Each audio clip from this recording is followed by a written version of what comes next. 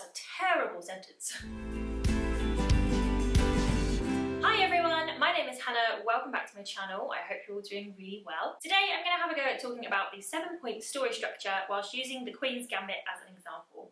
I have been writing seriously now for around 3 or 4 years as an adult, and if there is one thing I still struggle with, it is the idea of story structure and how exactly to structure my stories most effectively. Number 47 came out in July 2019. I've got 3 more things on the go. I've got the short stories in the collection that's out with the Twisted 10 next March, and honestly story structure is still something that really stumps me quite often. I have to really sit down and think about it, and I want to learn more. Hence this video. A few months ago I took part in one of the Wordstock collaborations run by the Story Detective. The one I took part in was all about story structure. My video was about 3-act structure, Save the Cat structure and the hero's journey. And those 3 kind of structures are the ones that I normally stick to because they're the ones I feel really comfortable with. So for this video I thought I would take a look at the 7-point structure because it's not something I've really had much cause to look into, and I'd like to see how different it is and use the Queen's Gambit as an example. So the Queen's Gambit, have you seen it? Did you enjoy it? What did you think of it? I actually really enjoyed it. I have no interest in chess. I don't really know how to play chess. I know the very basic rules, but I love how it took like the idea of chess and made it into this like rock and roll lifestyle. And to be honest, I think Jeremy John said this, if I didn't know it was about chess, it feels almost like it's about a musician or like a band or something. So it's really cool. We love Anya and the Stuart Little kid. We like him too. It's really good fun. But it kind of goes without saying, this video is definitely going to spoil the Queen's Gambit for you if you have not seen it. So if you want to see it and you don't want it to be spoiled, do not watch this video until maybe after you've seen it. There is your warning. So the 7-point story structure is made up of 7 points. The first one is the hook. The second one is plot turn 1. The third one is pinch point 1. The fourth one is the midpoint. The fifth one is pinch point 2. The sixth one is plot point 2. And the 7th and final one is the resolution. So I actually don't know who came up with the 7-point structure.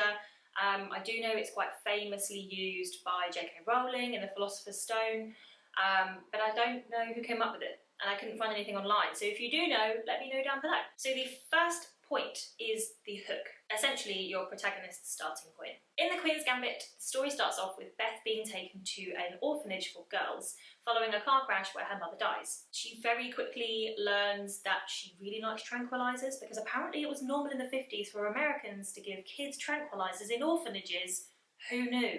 It's probably true for the UK as well, but I didn't look it up. So Beth gets hooked on tranquilizers as any normal 8-year-old does, and she also learns very quickly that she likes chess because she meets someone in the basement of the orphanage who teaches her how to play. Beth becomes absolutely obsessed and uses the sleeping pills as a hallucinogenic to imagine the game of chess on her ceiling. So that is the hook. Number 2, plot turn 1. After discovering that Beth really enjoys tranquilizers, the school decides to no longer give them to the children for, you know, one reason or another, and Beth basically has horrific withdrawals and takes a decision to steal a huge amount of tranquilizers and basically ODs. Following the OD, the headmistress of the orphanage, if that's what it's even called, I don't really know, decides that Beth's punishment should be that she can no longer play chess. Some time passes, not entirely sure how much, just some, and Beth is then adopted by Mr. and Mrs. Wheatley. It's at the point of her adoption that she enters her first chess tournament, basically wiping the floor with every opponent and shocking everyone.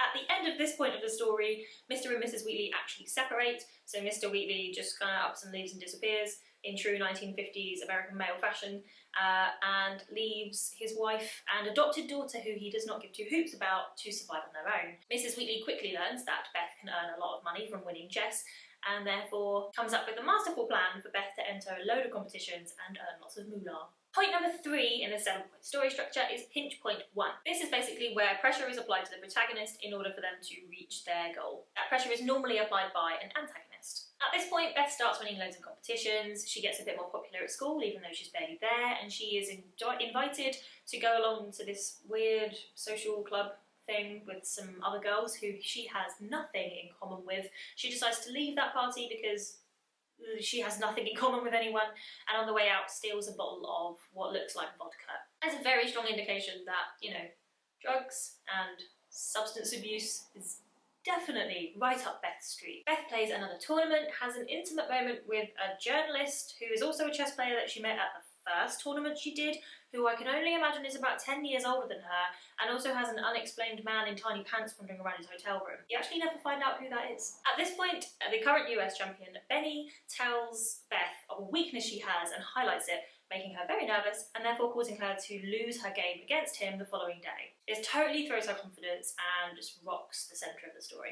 Number 4 is the midpoint, which makes sense because it's in the middle. And this is where the character responds to the conflict with action. Beth takes it upon herself to learn Russian. Her ultimate goal is to go to the Moscow Invitational, so she feels like if she learns Russian that will help her get there. At this point, Beth meets a group of very stereotypical 60s characters.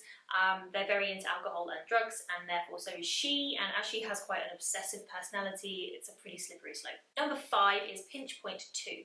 Essentially, this is where more pressure is added to make it harder for your protagonist to reach their goal. Beth goes to Mexico City with her mother for another competition, and her mum actually dies in Mexico City due to hepatitis, I think Wikipedia told me, I don't really remember, and no doubt something to do with the plethora of alcohol she drank every single day. Beth is left to deal with the repatriation and funeral costs completely on her own because, yet again, the audience is reminded that her adopted father is a knob. It's also at this point that she has a fling with Harry Beltic, who is a guy who used to be the champ of the state that she's from, that she beat 5 years ago. He teaches her loads more about chess, even though she's presumably better than him.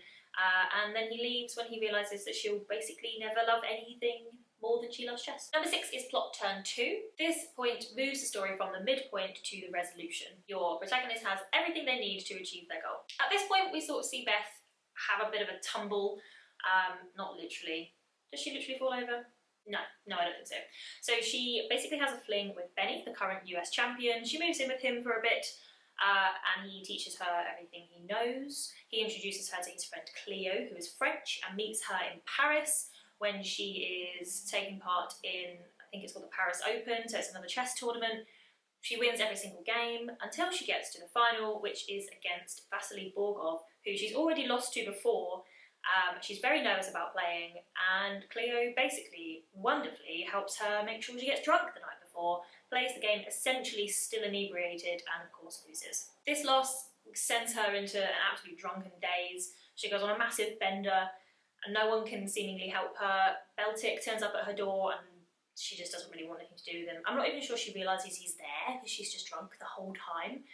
And then eventually, her friend Jolene turns up from the orphanage, which brings us to number 7, the resolution. This is obviously the climax, so everything in your story leads to this point. Jolene tells Beth that Mr. Scheibel, the dude from the basement that taught Beth how to play chess, has unfortunately passed away, so they have to go back to the orphanage and the town that orphanage is in to attend his funeral. This gives Beth the perfect opportunity to reconcile with her past, her ongoing battle with drugs and alcohol, and her upbringing. Following this, Beth borrows some money from Jolene, goes to Russia for the Moscow Invitational, which is her ongoing goal, and finally beats Vasily Borgov after realising that everyone has to work as a team. Yay! So that's that.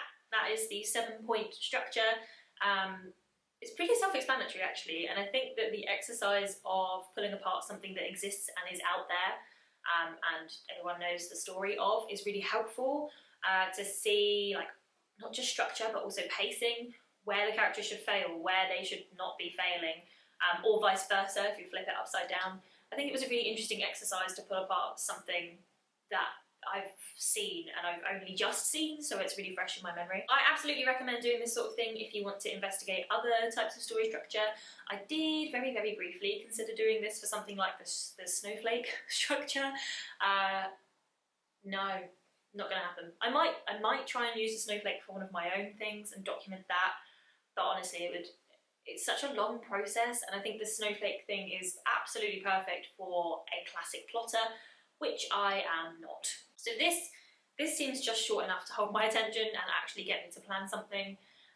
Snowflake's probably too much for me. I really enjoyed doing this video. It was really useful pulling apart something that was already out there and putting that into the structure, and I'm really hoping now that I can apply that to my own stories. That's all for today's video. I really hope you enjoyed it. If you did, please do give it a thumbs up and be sure to subscribe to my channel, and let me know down below, what kind of structure do you prefer to use? Have you ever used an existing film or book to have a look at these structures or to get to know them better? I'd love to know. Thank you so much for watching, and I will see you next week with another video. Bye!